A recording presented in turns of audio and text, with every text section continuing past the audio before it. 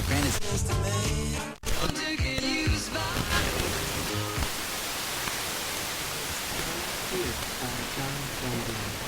Hope you enjoyed it.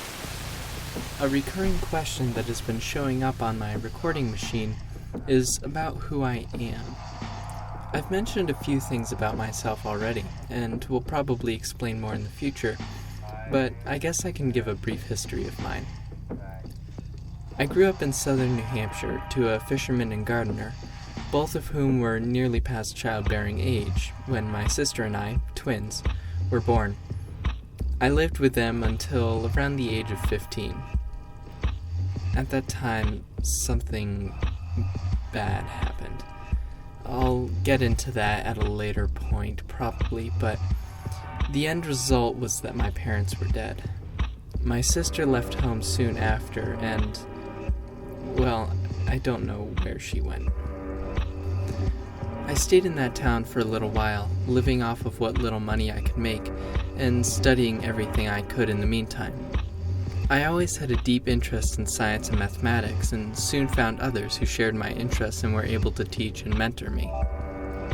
There was one man in particular, named Thomas. A year or so later, he moved to join some other scientists, and since I had nothing else to do, I went with him. I studied and worked with them for a while until we were discovered and forced into the scientist asylum, where we stayed for some number of years. It didn't change what we did or could do very much, but it separated us from others that we could help or give hope to with what progress we made. Fairly recently, another group of scientists were forced in there with us, and they mentioned an old abandoned radio station, the one which I'm broadcasting from right now. We discussed it for a while before it was finally decided that I would be the one to make my way here and try it out. I escaped through no small amount of luck and hard work, and here I am now. That's probably good for a brief overview of my life. A song now, and I think I'll tell one of my dreams after that. As you may or may not have guessed, dreams play a significant role in our world. I don't know how much they do in your own, but in any case they're interesting to tell, and this one in particular seems foreboding. Alright, this record is Keep the Home Fires Burning Till the Boys Come Home by John McCormack. I'm getting a call. That's odd. I don't think I've ever gotten a call this late. Well, I guess I'll take it. Hello, what's your name and where are you calling from? My location is nothing you need to worry about, and my name is Howard Phillips Lovecraft. Yeah. Good one. Really, though. It's the truth. I lived in shadow for a long time, but I felt led to contact you. But I should say he, died decades ago of old age. Even if he somehow hadn't then, he would have died not long after. He couldn't be, 120 or so years old? Don't you worry about that. How I am still alive is something I will not say on the air. Not now. Not here. But I want to talk to you, Horace. Alright, I'll play along. No playing. I find what you're doing very interesting. It may help us in some way. Us? Don't worry about it. Don't think about it even. To be honest, I probably shouldn't have even given you my name, but I felt it was necessary to give you a sense of the gravity of this situation. Alright. I can't stay on for much longer now. I may call back again in the future, or perhaps we will talk again in another way. But before I go, I would like you to ask one of your listeners something for me. What's that? I'd like you to ask them when I died in their world. This is important, Horace. Please do it for me. Okay. Well, thank you, whoever you are. Well then, listeners, the record I mentioned earlier now. Again, this is Keep the Home Fires Burning Till the Boys Come Home by John McCormack. Hope you enjoy.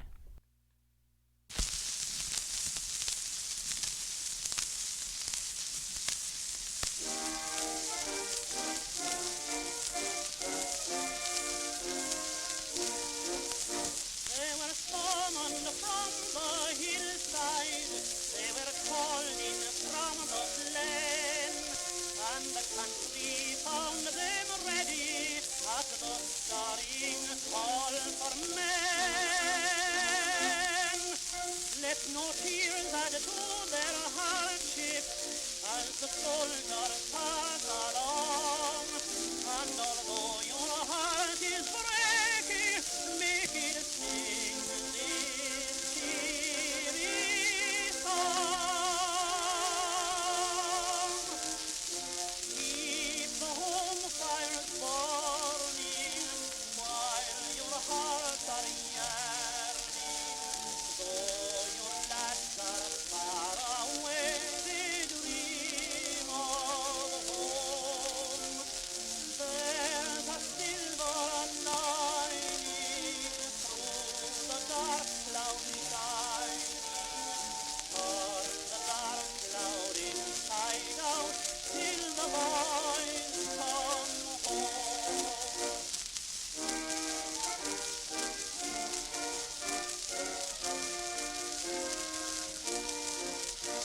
Overseas there came a pleading, help a nation in distress, and we gave our glorious laddies on our ballot soon no less. For no garant son of freedom to a tyrant's yoke bend, and a noble heart must answer to the sacred call of friend. Keep the home fires burning while your hearts are yearning. Though your lads are far away, they dream of home. There's a silver lining through the dark cloudy shining. Turn the dark cloud inside out till the boys come home.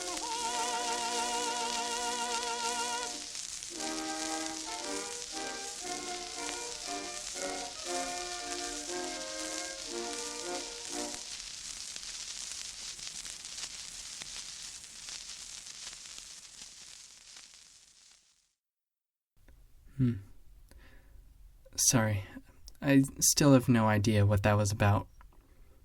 Next time I get a caller, though, I'll ask that question. If it was truly him, somehow, I don't want to risk it, I guess. Oh, yes, I was going to talk about one of my dreams. That's another thing I'll have to remember to ask someone about. I was at a train station.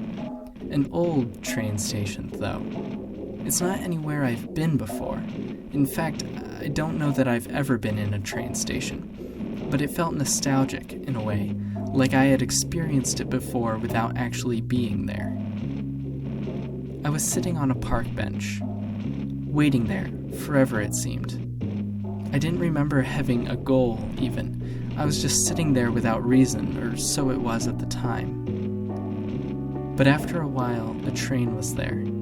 It didn't arrive there, it was just there. It could have been there for a while, it could have been there the entire time I had been waiting. But when I knew it was there, I also knew it was time to board. I boarded the train, and suddenly there was no station. There was only the train. It hadn't moved, neither of them had, but it was alone. I walked down the aisle to take my seat, noticing the pattern of the carpet. It was a nice carpet, for sure, but it unnerved me. Then the carpet resolved itself into an eye, which blinked at me. Eye after eye covered the carpet. I ran down the aisle of the train to get into the next car, but it stretched on infinitely. The door was always there, just in front of me, but as fast as I went, I couldn't escape. The eyes blinked in waves, rippling up with the carpet itself. I realized the train was floating then. It was in outer space, the Earth just a small blue and green orb below. The carpet lifted itself off of the floor. I continued trying to get away, but it was to no avail. The carpet wrapped itself around me. The eyes on the carpet blinked furiously as it wrapped tighter and tighter. The last thing I saw, looking up, was the fabric of space tear apart and a single tooth-covered tentacle writhe through. Not a good omen for sure, if it's anywhere as prophetic as some dreams.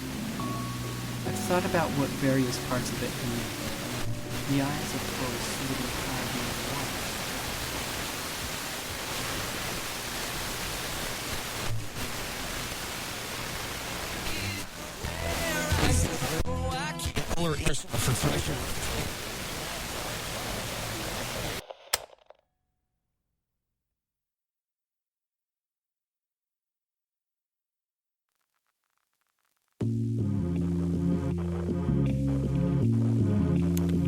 This show is written, narrated, and produced by Arthur Walterson.